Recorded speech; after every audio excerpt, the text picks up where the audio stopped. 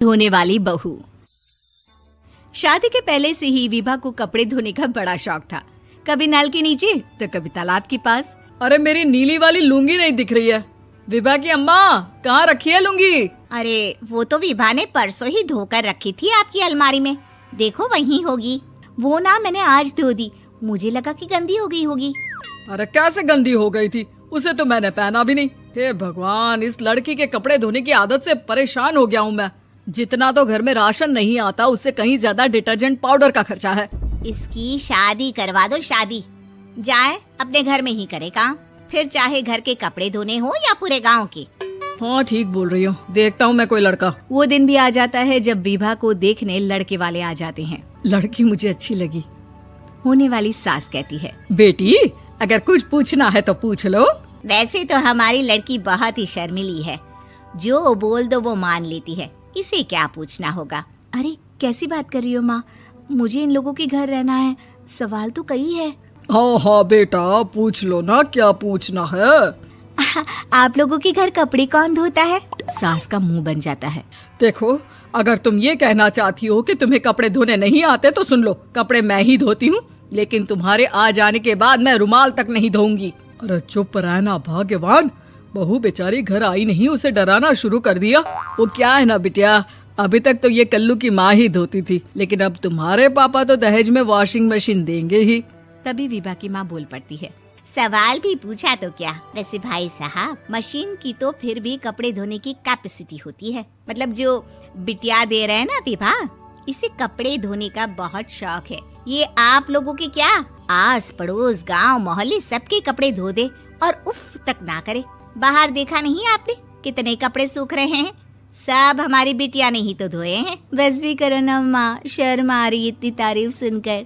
और तो और एक दाग निकाल कर दिखाओ तो मान जाऊं। हाँ अच्छा, माफ करना बेटा, मैंने गलत समझा। हमें तो रिश्ता बहुत पसंद है। और ऐसे जुड़ जाता है रिश्ता कपड़े धोने का शौक रखने वाली विभा का। उसकी शादी हो जाती है कोयला फैक्ट्री में काम करने वाले कल्लू के साथ। शादी के बाद अचानक विभा चिल्लाती हुई सास के पास आती है। सासू माँ, अरे सासू माँ कहाँ है आप? ये तो धोखा है, धोखा दिया आप लोगों ने मुझे।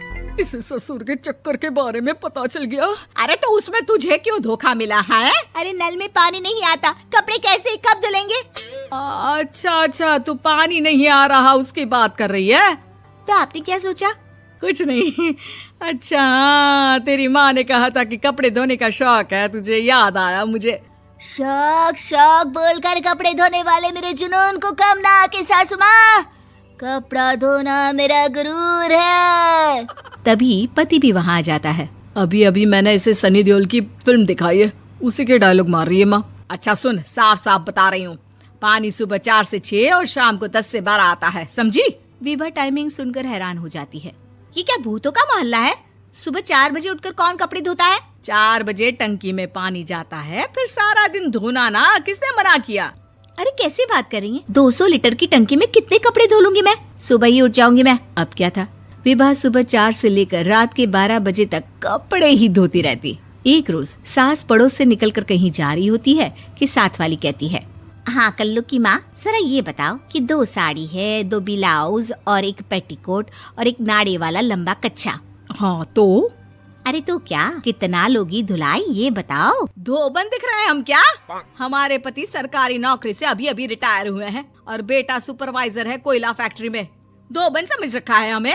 हाय रे कल्लू की अम्मा, माफ कर दो, वो तो मोहल्ले में यही सब बता रहे थे कि तुमने बहू को कपड़ा धुलवाने के काम में लगा दिया है। सास को पड़ोसन की बात सुनकर गुस्सा आ जाता है। वो घर पहुंचती है जहां घर के बाहर ही इतने सारे कपड़े सूख रहे होते हैं जितने कि किसी धोबन के घर पर। अरे ओ कल्लू की दुल्हन, बाहर निकल।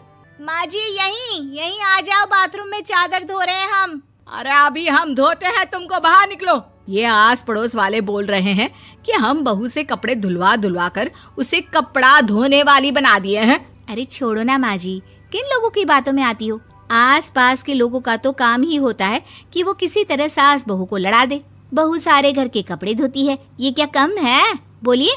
सास को भी लग जाता है कि वो बहू का ये सनकीपन नहीं छुड़वा सकती, इससे अच्छा है कि खुद ही चुप हो जाए।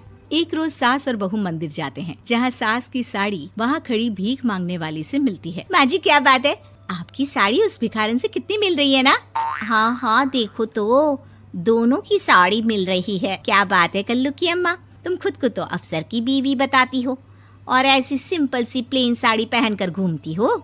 सिंपल और प्लेन नहीं है ये साड़ी। तो क्या सोने के धागे से फूल बने हैं?